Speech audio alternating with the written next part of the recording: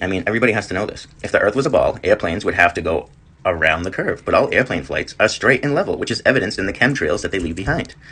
You will never see a chemtrail that curves around a ball. Furthermore, you will never see clouds curving around the ball. The bottoms of cloud formations are always 100% flat and level. The truth is available. All you have to do is give it a chance. The controllers of this realm we live on, they want you to think the Earth is a spinning ball. So they have indoctrinated people to think the flat Earth is stupid and idiotic. But every bit of evidence supports the flat Earth, and a lot of the evidence would be absolutely impossible if we lived on a ball, such as gyroscopes, gyroscope sensors, sonar, okay? Lasers. They have lasers that go over 7 miles of frozen ice and 7 miles over a lake.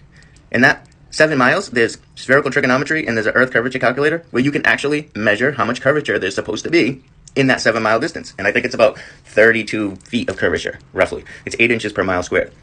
So when you take a piece of cardboard and shoot a laser onto it and make sure that laser is level, and then you mark on that piece of cardboard every mile you go where that laser hits, and it hits the same spot for 7 miles straight, you know that it's not curved. Because if it was curved, the laser would actually hit above it and higher and higher. And eventually the laser would go right over it because you went around the curve. What did they teach you in school? They taught you that boats go over the curve, and that's the curvature of the Earth. But if you look out, there's an X-Y axis and a Z-axis. I believe that is the Z and a Y-axis. I believe the Y-axis is straight. Let's say the Y-axis is straight and the Z-axis is across. If the Y-axis, that's straight, is only 3 miles, and the Z-axis is 10 miles, how can it curve and make boats disappear in 3 miles, but in 10 miles across, there's no curvature and it's 100% level? And when you rise up, the horizon always rises to eye level, which would be impossible because if you're on a ball, the further you see, the lower it would be because it's going around a curve. And city skylines from long distances, they eventually start tilting back because they're going around the ball, even if it's slightly. But it's been measured that they're still at a 90-degree angle. The thing about smoking guns is that you only need one. There's 0 smoking guns that prove the Earth is not a flat and stationary plane. There are hundreds, if not thousands, of smoking guns that prove the Earth is not a spinning ball. The heliocentric model of our universe is indoctrination and absolutely impossible based on actual scientific evidence. Testable, measurable, repeatable. The fact that they pay scientists to push a false narrative does not mean that the science is actually science. Not all that is claimed to be science is actually science. A lot of the mainstream popular science that controls the majority of people's belief systems is not science at all. It's propaganda. It's paid advertising. And you need faith to believe it, which makes it a religion. It's actually a religion. And if you look at the NASA logo, and then there's a little red